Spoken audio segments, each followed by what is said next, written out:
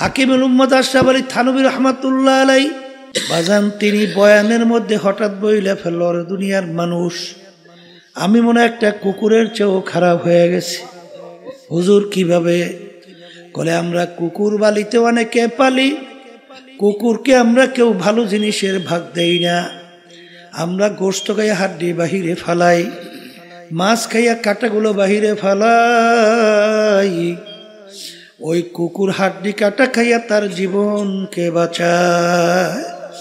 মালিক রাত্রে রানা চাই না ঘুমায়, কুকুর কিন্তু ঘুমায় না। এই কুকুর ঘুমায়? সারা রাত্র মালিকের বাড়ি পাহারা দেয়, মালিকের যেন কোনো ক্ষতি না হয়। ভোরবেলা দেখবেন কুকুরের চক্ষু লাল হইয়া যায়। ওই সময় যদি মালিক কুকুরকে মারে, উচিত ছিল কুকুর মালিককে কামড় দেওয়া।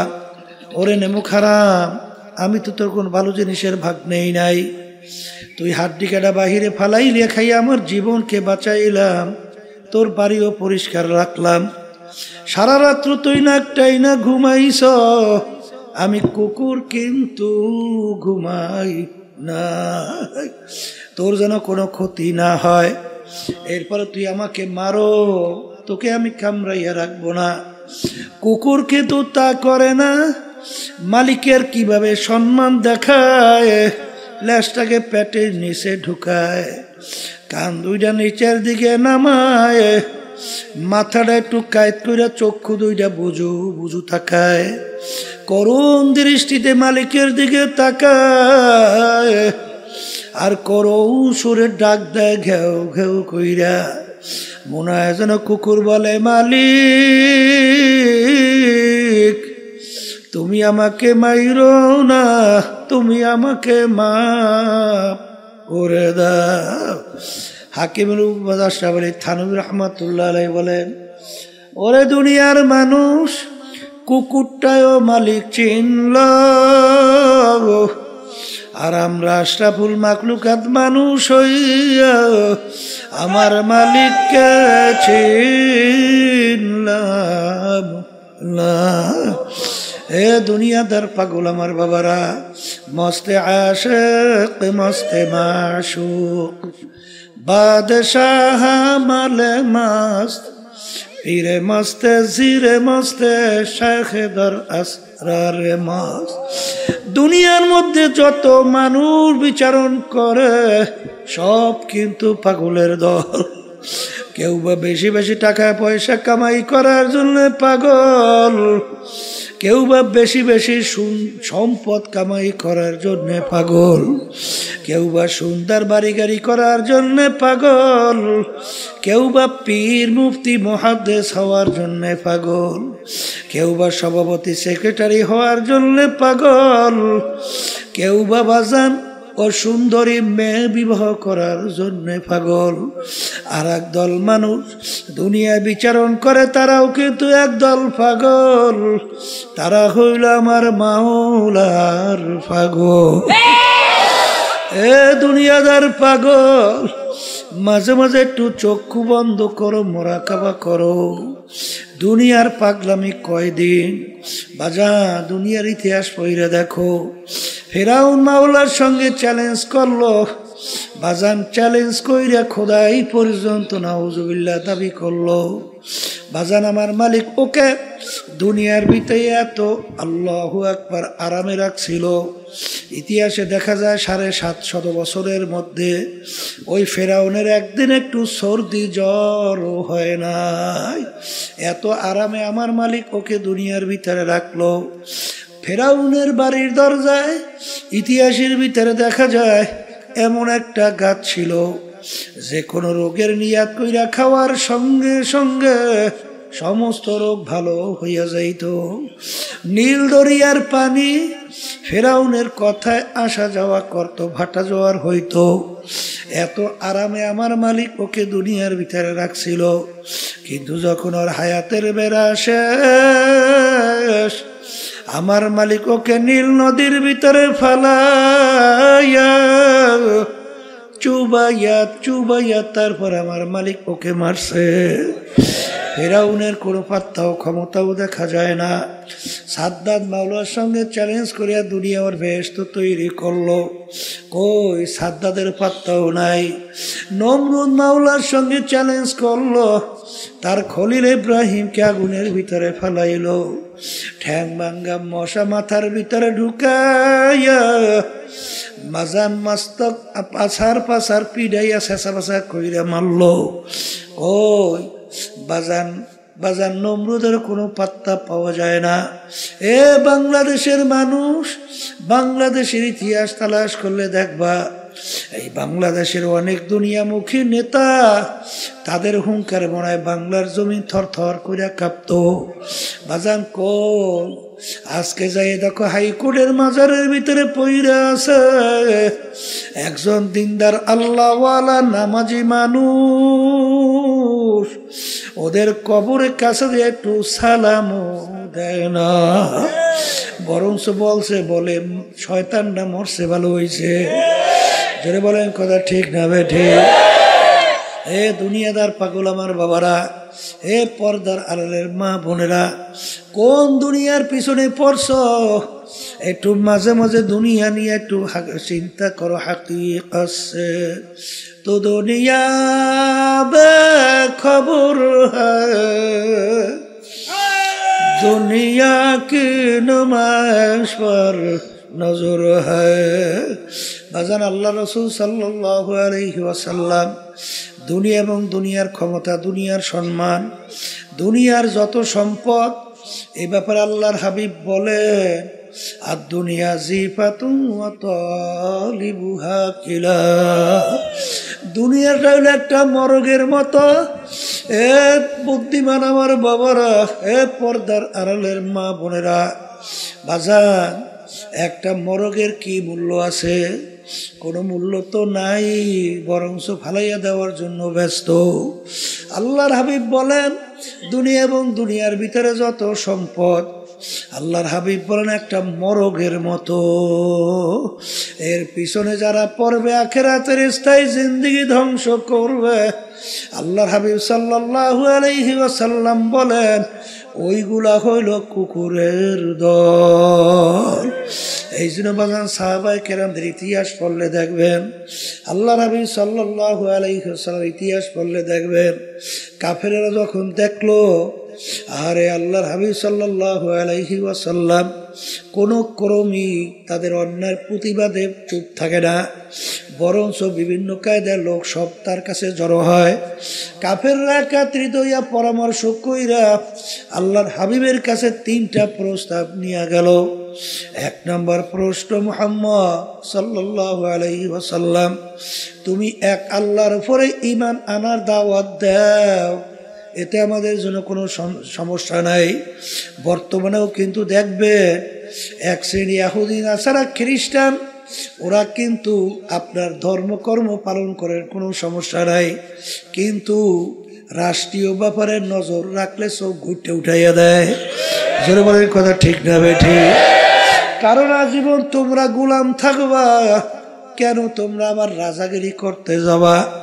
এই জন্য বাজানদেরকে বলবো তুমি ওই যে কথা অন্যায় প্রতিবাদ যদি না করো, তাতে কিন্তু দেখবা বিজাতির ওই বিভিন্ন দুনিয়ামুখী রাজনীতি দল দেখবা তোমাকে হাদিয়া দেবে, সম্মান করবে, কিন্তু যখন ওদের অন্যায়ের প্রতিবাদে কথা বলবা তখন শুধু হাদিয়া তো দূরের কথা, সুযোগ পাইলে মাইরাও পালায়। জোরে বলেন কথা ঠিক যাবে ঠিক? তখন নাকি বলল মুহাম্মদ তুমি এক আল্লাহর উপরে ঈমান আনার দাওয়াত দাও, এই জন্য আমাদের কোনো সমস্যা নাই, কিন্তু একটা শর্ত, আমাদের কার্যক্রমের বিরুদ্ধে তুমি কিছু বলবা না।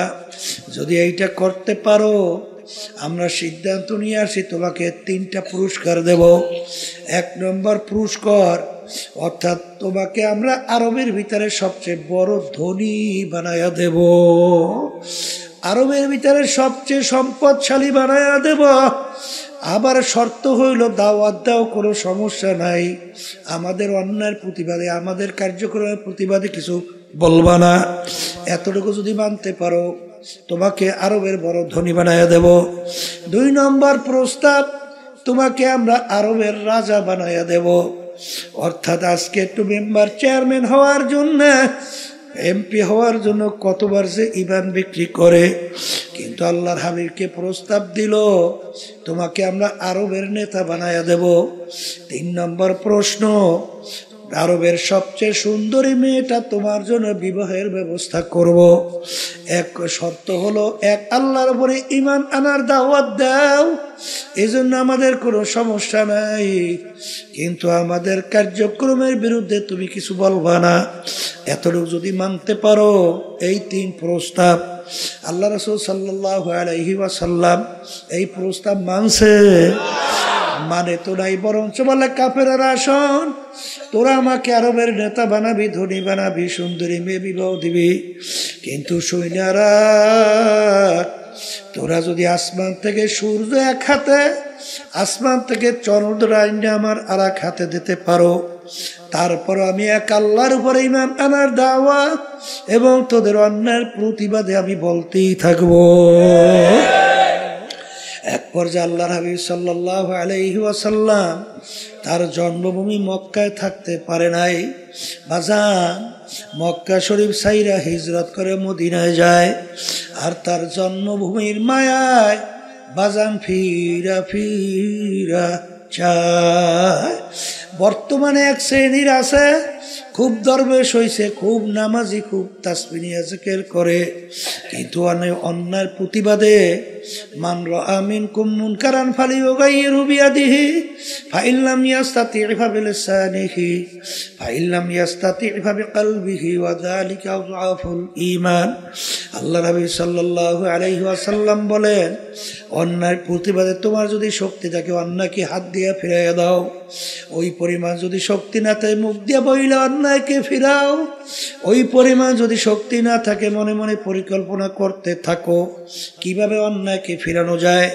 এখানে কিন্তু অর্থ করে মনে মনে ঘৃণা করো, এটা সম্পূর্ণ একটা অযৌক্তিক ব্যাখ্যা। কারণ আগে বললাম ফিরাও, এখন মনে মনে ঘৃণা করো, এই শব্দটা কোথার থেকে আসলো?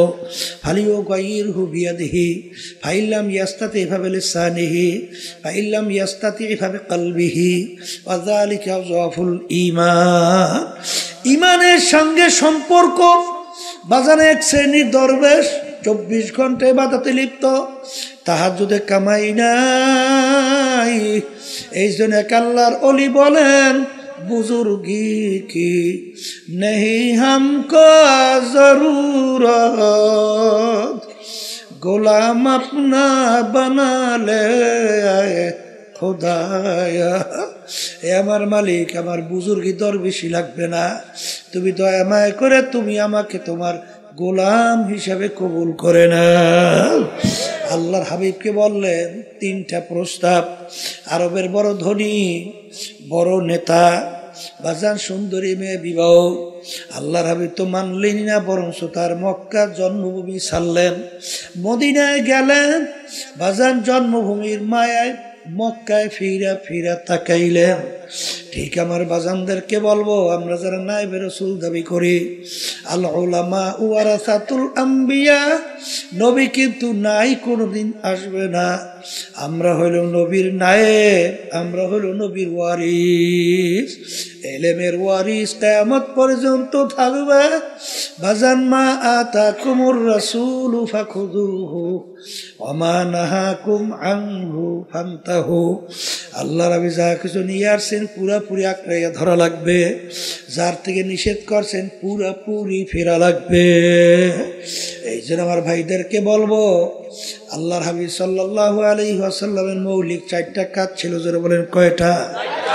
1 নম্বর মুখস্থ করেন দাওয়াত, 2 নম্বর মুখস্থ করেন তালিম, 3 নম্বর মুখস্থ করেন তাজকিয়া নফস, 4 নম্বরে জিহাদ। বাজান দাওয়াতও লাগবে, তালিমও লাগবে, তাজকিয়া নফসও লাগবে, জিহাদও লাগবে। দিন কিন্তু পরিপূর্ণ, বাড়তি কমতি আর কোনো দিক নাই, আর আসবেও না, পরিবর্তনও হবে না। আমার আব্বাজান রহমাতুল্লাহ আলাইহি চরমনায় জমিনে ঘুমায়া আছেন। আমার আব্বাজান বলতেন, বাজান রে আমার মালিক বলছেন ওয়ালা তামুতুন্না ইল্লা ওয়া আনতুম মুসলিমুন, খবরদার তোমরা মুসলমান না হইয়া কেউ মরিও না। মুসলমান কাকে বলে? বুয়াদ গরদান নেহাদান এনানে খোদ বাদস্তে খাজাদাদা। ঘোড়ার মুখে যখন লাগাম লাগায়, লাগাম লাগাইয়া যখন লাগাম সাওয়ারি হাতে ছাড়ে, ঘোড়ার নিজের ব্যক্তিগত বুদ্ধি চালাকি আর চলবে না। সাওয়ারি যেভাবে চালায় ওইভাবে চলার নামই হইল লাগাম লাগানো। এ কবরের যাত্রীরা, হে পর্দার আড়ালের মা বোনেরা, আমরা মুসলমান কালিমা পড়ছি লা ইলাহা ইল্লাল্লাহু মুহাম্মাদুর রাসূলুল্লাহ লা মাতলুবা ইল্লাল্লাহ লা মাহবুবা ইল্লাল্লাহ লা মাশুকা ইল্লাল্লাহ লা ইলাহা ইল্লাল্লাহু মুহাম্মাদুর রাসূলুল্লাহ। हर तमन्ना दिल से रुखसत हो गई, हर तमन्ना दिल से रुखसत हो गई, अब तो आजा अब तो खिलवत आ गई। ए दुनियादार पागल, কলব থেকে গায়রুল্লাহকে ফালাও, লা মাকসুদা ইল্লাল্লাহ লা মাহবুবা ইল্লাল্লাহ। লা বইলা যখন ডান দিকে মাথা ঘুরাও, বাজান আল্লাহু আকবার। কারি ইব্রাহিম সাহেব রহমাতুল্লাহ আলাইহি তিনি বলতেন, বাজান যখন লা বইলা মাথা ডানে ঘুরাও তখন খেয়াল করো কলব থেকে সমস্ত গায়রুল্লাহকে ফালাম, গায়রুল্লাহকে ফালাইয়া দিতেছি। নাই নাই নাই, আমার পীরগিরি নাই, আমার মুহাদ্দিসগিরি নাই, আমার মুফতিগিরি নাই, আমার মুহতামিগিরি নাই, আমার ইমামগিরি নাই, আমার খতিবগিরি নাই, আমার মেম্বারগিরি নাই, আমার চেয়ারম্যানগিরি নাই, আমার জমিদারগিরি নাই, বংশের গরম নাই, টাকার গরম নাই, শিক্ষার গরম নাই, নাই নাই নাই নাই। আল্লাহ বাদে কে হো মাবুদ নাই, হর তমন্না दिल से रुखसत हो गई, अब तो आजा अब तो खिलवत आ गई, फसाओ फतरा इदिन कशफल गुबारो, अफरसु तहत रिजलिका महमारो। এ দুনিয়াদার পাগল আমার বাবারা, আজকে চক্ষু খোলা দুনিয়া আমি পরিচয় দেয় আমি কি, কেউ পরিচয় দেয় আমি চেয়ারম্যান, আমি মেম্বার, আমি এমপি মিনিস্টার, আমি অমুক তমুক সমুক, আমি টাকার ক্ষম, আমি অমুক অমুক, আরে আমি অমুক বংশের, আমি মাতুব্বার, আমি সর্দার, আমি অমুক। এই পরিচয় কয়দিন দুনিয়াতে চলবে? যে কয়দিন চক্ষু দুইটা দুনিয়ায় খোলা থাকবে সেই কয়দিন পরিচয় চলবে। যেদিন তোমার বাড়ির পাশের মসজিদের মাইকে ঘোষণা হইতে থাকবে, বাড়িওয়ালা নাই রে বাড়ি,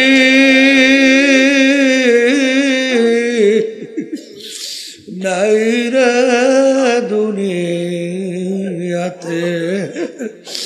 আল্লাহু আল্লাহ। এখন তাকাইয়া দেখো, কই তোমার টাকার গরম, কই তোমার ক্ষমতার গরম, কই তোমার বংশের গরম? তোর কই নেই যে এই পাশের মাইক দূরের মাইক একরকমের শব্দ রাখতে বলি নাই? বারবার দূরের সাথে এত বাড়াও কার? হ্যাঁ, এত বাড়াস ফাজিল কোথাকার, বয়ানি করতে দেয় না, আবার একের কমাইস না, এই পাশের শব্দ বাড়া, একরকমের শব্দ রাখতে বলি নাই? ফাজিল কোথাকার তখন আল্লাহু আল্লাহ।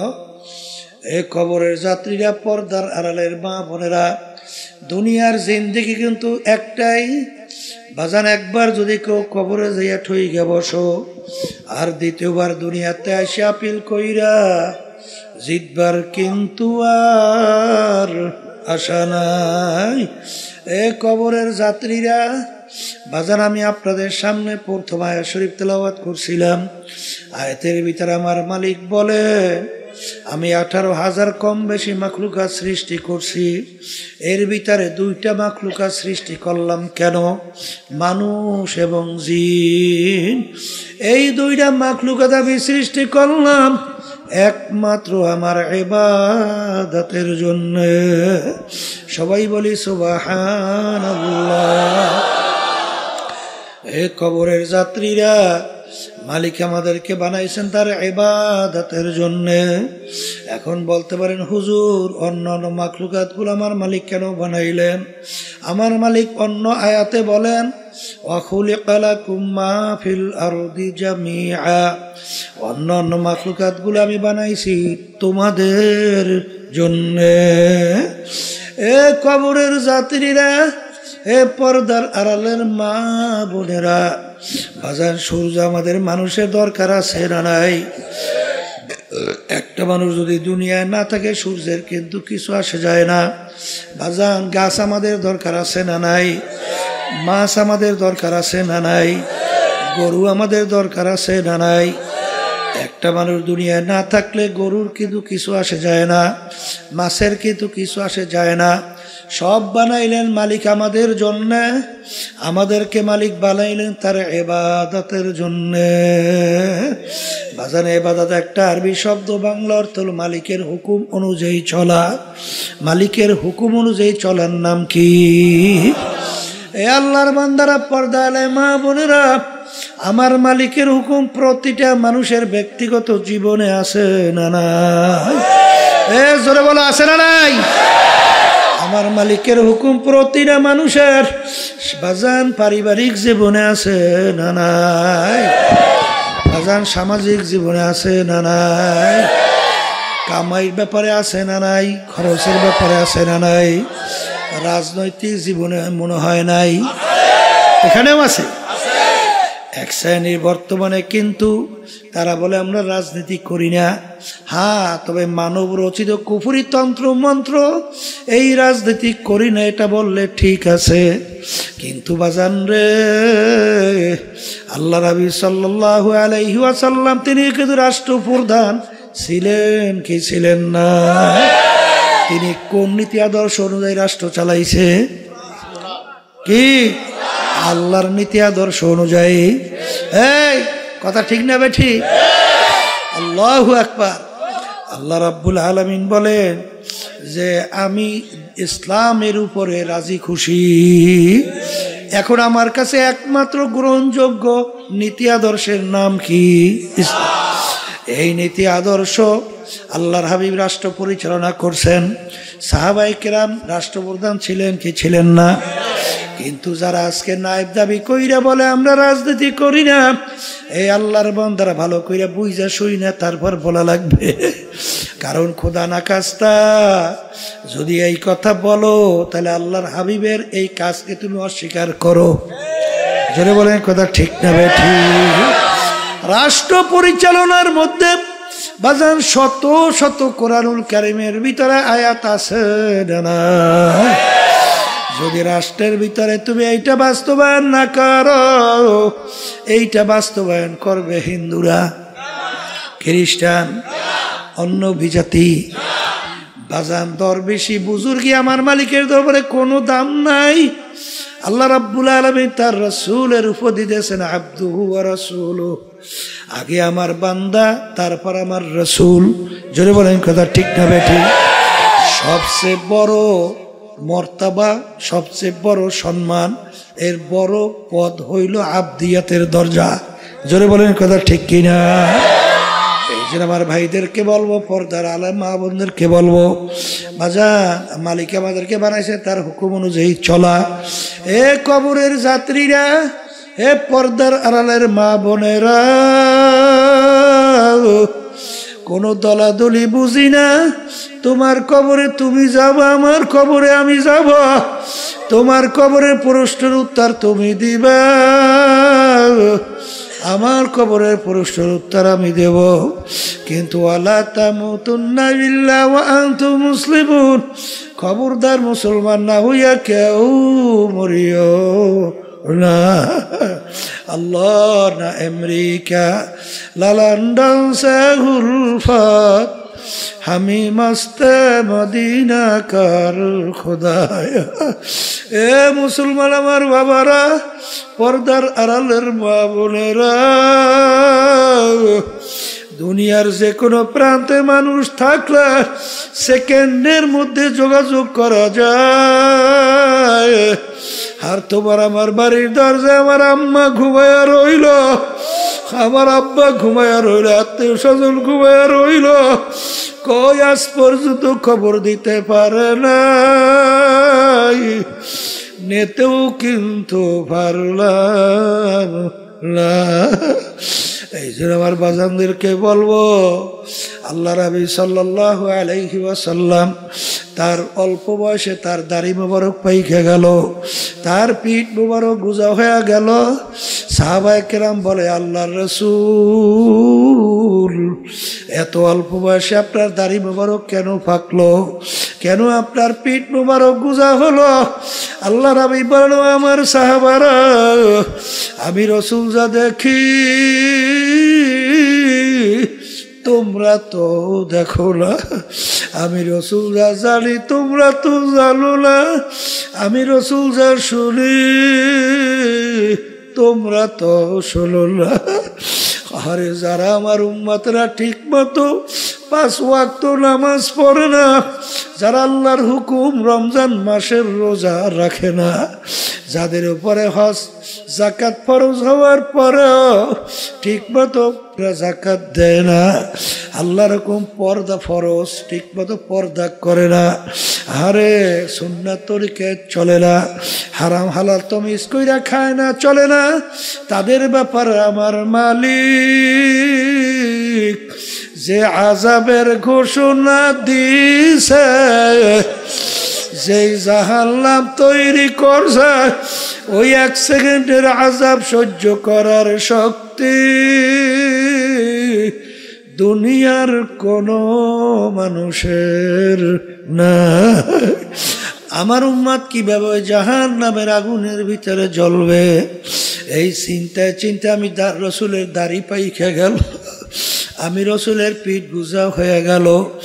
এ কবরের যাত্রীরা, আল্লাহর হাবিব কিন্তু তার নিজের চিন্তায় দাড়িও পাকে নাই, তার নিজের চিন্তায় পিঠ মোবারক গুজা হয় নাই। তোমার আমার চিন্তা আল্লাহর হাবিবের দাড়ি মোবারক পাইকে গেল, পিঠ মোবারক গুজা হয়ে গেল। আমার বাজানদেরকে বলবো, পর্দালে মা বোনদেরকে বলবো, কি যাতনা বিষে বুঝিবে সে কিসে, কি যাতনা বিষে বুঝিবে সে কিসে, কবু আসি বিষে ধ্বংসিনী যারে। বাজান তোমার আমার চেষ্টাও নাই, চিন্তাও নাই, এই জন্য চোখেও পানি নাই। ধরাকে সরা জ্ঞান মনে করো না, যা মনে করে তা করো, কিন্তু মনকে বুঝো রে মন, দুনিয়া কিন্তু থাকার জায়গা না, কেউ কোনোদিন থাকতে পারে নাই, কেউ কোনোদিন থাকতে পারবেও না। কিন্তু নাফরমান হইয়া যদি কেউ কবরে যাইয়া শুইয়া বসো, আরে আমার মালিক বলেন, এই কবর কিন্তু আসল কবর থাকবে না, নাফরমানের কবরের ভিতরে জাহান্নামের আগুন এসে ভইরা যাবে। আল্লাহ আপনি আমাকে আমাদের সবাইকে মাফ করিয়া দিন। আল্লাহ আল্লাহ তোমার আমার চিন্তাও নাই, চেষ্টাও নাই, এই জন্য চোখের মধ্যেও পানি নাই। কিন্তু ওসমান গনি রাদিয়াল্লাহু তাআলা আনহু ইতিহাস পড়লে দেখবে, অনেক সময় কবর দেখলে এমন ভাবে অজরে কান্না শুরু করতেন, কানতে কানতে দাঁড়ানো অবস্থায় ঠাস করে বইসা পড়তো। লোকেরা বলে আমির কবর দেখতে এরকম কেন? আমি অস্থির হইয়া। তিনি বলে, ও আমার সাথীরা, আখিরাতের যে কয়টা ঘাটি তার প্রথম নম্বর ঘাটি হইল কবর। এই কবরে যার সঙ্গে ভালো ব্যবহার হবে,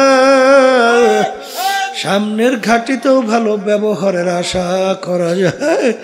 এই জন্য আমি কবর দেখলে সহ্য করতে পারি না। যেই মামলার তদবির নাই সেই মামলারও কিন্তু খালাস।